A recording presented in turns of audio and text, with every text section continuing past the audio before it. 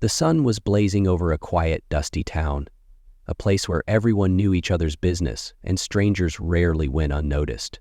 But today, something was different. Inside a diner, the stage was set for a confrontation no one saw coming. A black man, seated quietly, minding his own business, became the focus of a group of loud, arrogant men who had ruled the town with their hateful antics for far too long. What they didn't know was that the man they chose to target wasn't ordinary. He wasn't weak. He was a Marine, a retired fighter who had faced battles far more brutal than anything they could throw at him. What happens when prejudice meets power and a man trained to fight doesn't back down? You'll want to see how this unfolds. Mack Davis stepped out of his old pickup truck, its worn paintwork reflecting the relentless afternoon sun. He wasn't the type to draw attention intentionally, but his towering frame and broad shoulders naturally caught every eye. The Marine Corps cap resting snugly on his head hinted at a past of discipline and courage. He had come to this small town for peace, hoping to leave the chaos of his old life behind. As he walked the streets, the town seemed frozen in time, its charm overshadowed by his strange quietness. People glanced his way, brief, fleeting looks that lingered just a bit too long. This wasn't the welcome he had hoped for, but Mack wasn't one to let stares or whispers distract him. He had a plan, to rebuild his life on his terms. The diner stood at the edge of town, its neon open sign flickering against faded walls. Inside, the scent of coffee and fried food filled the air, a combination that should have felt inviting but didn't. Mack slid into a booth near the window, appreciating the momentary stillness. A waitress approached, her steps careful, her pen hovering over her notepad. "Coffee?" she asked. Mack nodded and added, "And whatever special you've got." His deep, calm voice carried the weight of someone used to commanding respect, though he wasn't trying to. Moments later, the bell above the door jingled. 3 men walked in, their laughter loud and obnoxious, cutting through the low hum of conversations. Mack glanced up briefly, just enough to register their presence. Their boisterous energy felt out of place, but Mack returned to his coffee, hoping they'd stay far from him. Leading the group was Derek, a wiry man whose swagger suggested he owned the room. His cocky grin and sharp eyes immediately locked onto Mack. Jake and Evan followed closely, their every move echoing Derek's confidence. "Well, look at that," Derek said loudly, his words meant for everyone to hear. "Big guy thinks he can just waltz in and take over." Mack tightened his grip on the coffee cup but didn't look up. He had seen men like Derek before, bullies who mistook volume for strength. Jake chimed in with a laugh, nudging Evan, who smirked as they closed in on Mack's booth. Their presence shifted the energy in the diner, turning the once muted conversations into uneasy silence. "Hey, big guy," Derek taunted, leaning closer to Mack. "You lose your way, or are you just passing through?" The room held its breath, waiting to see how Mack would respond. But he stayed silent, calm, his eyes focused on the table. It wasn't fear, it was restraint. Derek and his crew didn't know it yet, but they were about to push the wrong man too far. The bell above the diner door jangled loudly, breaking the fragile calm. 3 men strolled in, their entrance deliberately loud, their laughter cutting through the room like a blade. At the front was Derek, lean and wiry, his posture exuding arrogance. His eyes darted around the diner before locking onto Mack, his grin widening as if he had already chosen his target.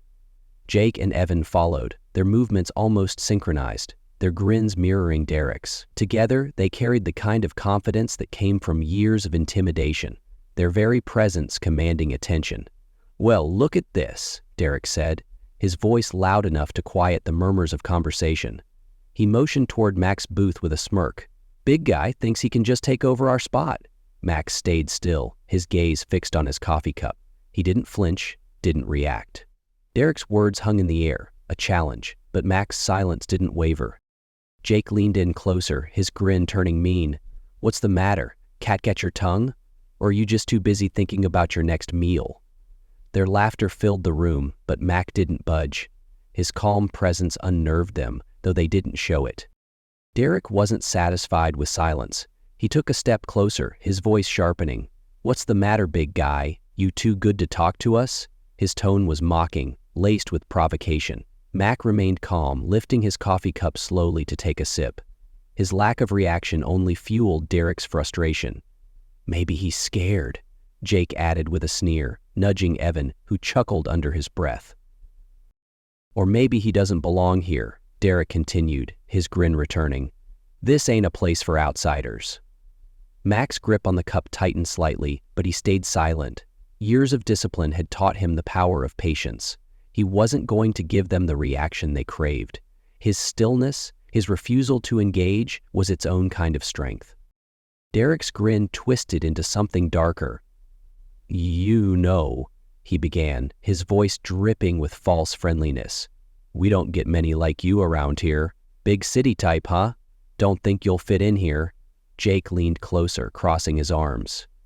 "He means black," he said bluntly, his grin widening as Evan snickered beside him. The words hit like a punch, their intent clear to everyone in the room. The other patrons glanced uneasily at their plates, unwilling to get involved. The waitress disappeared into the kitchen, leaving Mack alone with the three men. Mack's jaw tightened, but his composure remained intact. "Why don't you just sit down and enjoy your lunch?" he said finally, his voice calm but firm. "This won't end the way you think it will." Derek's laughter was sharp and grating. "Is that so?" he snapped, leaning closer. "You threatening me, fat boy?" His companions stepped closer, their demeanor shifting from mockery to menace. The tension in the diner was unbearable now, every second feeling like a countdown to something inevitable.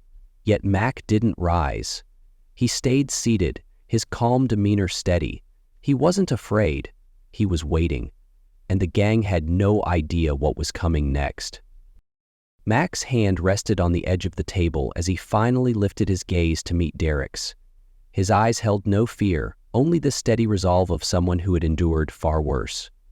His voice was calm, deliberate. "I belong wherever I choose to be, and I'm not going anywhere."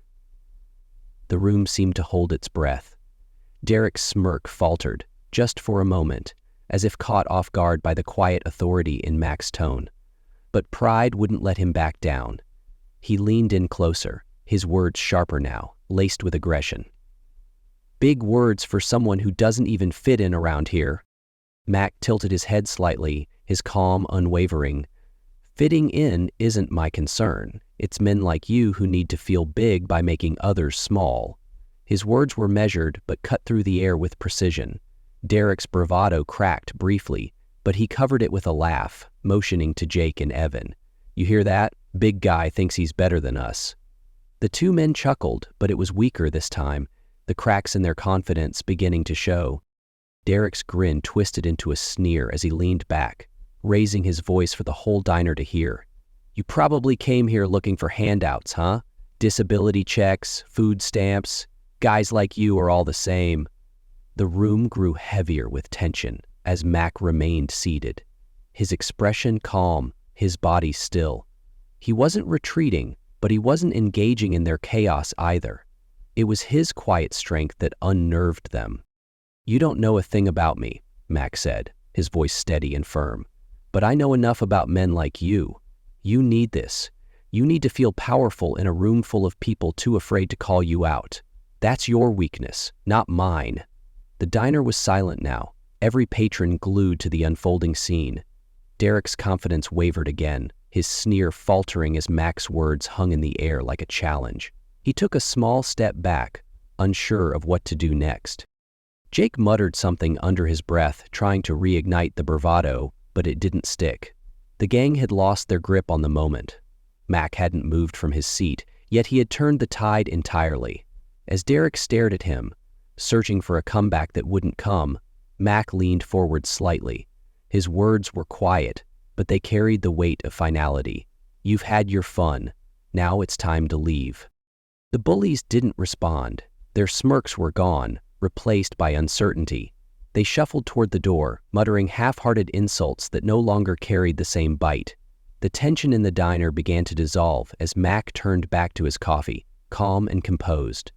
The room watched in awe, and though no one spoke, the message was clear. Strength doesn't always shout. It often sits quietly, unshaken. If you're inspired by stories of courage and resilience, make sure to like this video and subscribe for more powerful moments that remind us of what true strength looks like.